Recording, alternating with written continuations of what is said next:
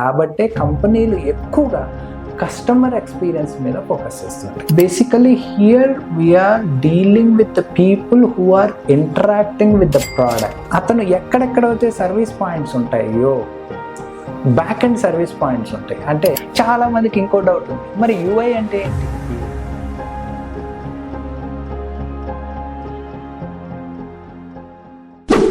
Hi everyone, చాలా చాలా చాలా హ్యాపీగా ఉన్నాం మీ రెస్పాన్స్ చూసి.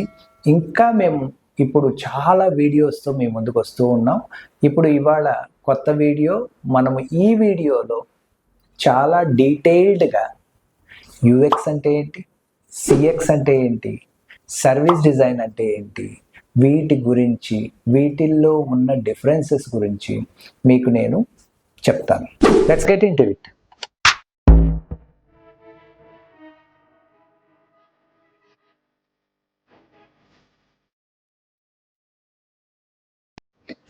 యూఎక్స్ అంటే యూజర్ ఎక్స్పీరియన్స్. దీనిలో ఏముంటాయి? ఒక డిజిటల్ ప్రోడక్ట్ గురించి, ఒక మొబైల్ యాప్ గురించి, ఒక వెబ్సైట్ గురించి. ఒక యూజర్ ఆ వెబ్సైట్తో, ఆ మొబైల్ యాప్తో ఇంటరాక్ట్ చేసేటప్పుడు అతను ఎంత కంఫర్టబుల్గా ఫీల్ అవుతాడు, ఎంత ఇంట్యూటివ్గా, అంటే ఎంత న్యాచురల్గా అతను అనుకున్న ఇంటరాక్షన్ అతను చేయగలుగుతున్నాడు, ఎంత ఈజీగా అతను తన పనిని తను ఫినిష్ చేయగలుగుతున్నాడు, ఎంత తొందరగా చేయగలుగుతున్నాడు. ఇవన్నీ మనం యూజర్ ఎక్స్పీరియన్స్లో చేయొచ్చు. చాలా మందికి ఇంకో డౌట్ ఉంది, మరి యూఐ అంటే ఏంటి? ఏమీ లేదు. ఆ యూజర్ ఎక్స్పీరియన్స్ అనే ఆలోచనని, ఆ ప్లానింగ్ని, దాన్ని మన డిజిటల్ ఫార్మాట్లోకి తీసుకెళ్లాలంటే మనం టైపోగ్రఫీ గురించి ఆలోచించాలి, కలర్ల గురించి ఆలోచించాలి, డిజిటల్ స్క్రీన్ గురించి ఆలోచించాలి. అవన్నీ కూడా యూఐలోకి వచ్చేస్తాయి. ఇంకా నెక్స్ట్ మనం సిఎక్స్ అంటే ఇంకా పెద్ద దాని గురించి మాట్లాడుతాం, కస్టమర్ ఎక్స్పీరియన్స్.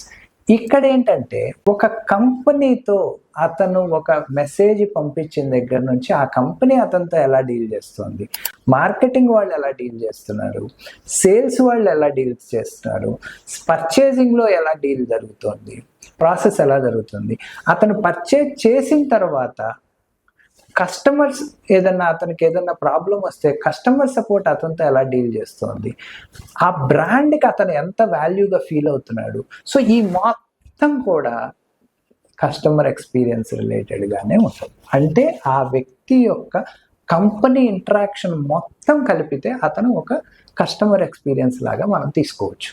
మరి కస్టమర్ ఎక్స్పీరియన్స్ వలన ఉపయోగం ఏంటి? చాలా ఉంది.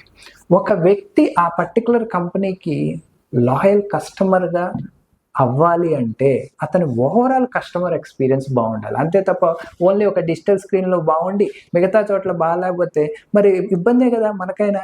ఇప్పుడు మనకే ఏదైనా ప్రాబ్లం వచ్చింది, డిజిటల్గా మనం ఒక వస్తువు కొన్నాం, కానీ కస్టమర్ సపోర్ట్కి వెళ్తే అక్కడ సరిగ్గా లేదు, అప్పుడు మనం ఆ కంపెనీకి లాయల్గా ఉండం. కాబట్టి మనం ప్రతి సందర్భంలో, ప్రతి స్టెప్లో కూడా ఆ కంపెనీ మనకి బెస్ట్ ఎక్స్పీరియన్స్ ఇచ్చినప్పుడే మనం ఆ కంపెనీకి లాయల్ కస్టమర్ అవుతాం. అప్పుడు మనం ఆ కంపెనీ ప్రోడక్ట్స్, మిగతా ప్రోడక్ట్స్ కూడా కొనడానికి ఇష్టపడతాం.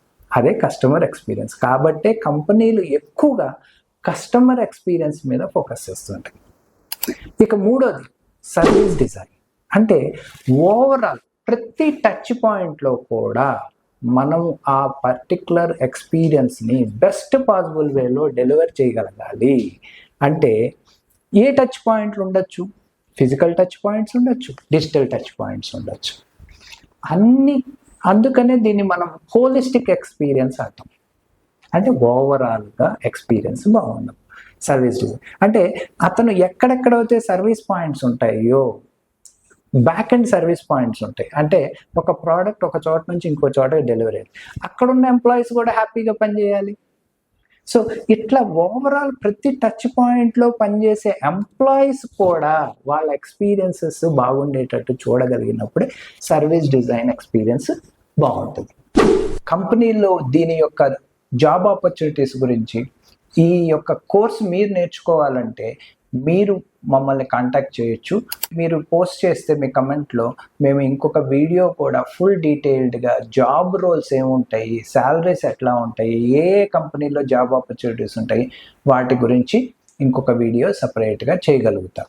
మీకు ఈ కోర్సు డీటెయిల్స్ ఏమన్నా కావాలంటే కూడా మీరు మాకు డైరెక్ట్గా మెసేజ్ చేయొచ్చు. Thank you so much. for watching this video. Keep supporting us. Don't forget to like, share, subscribe.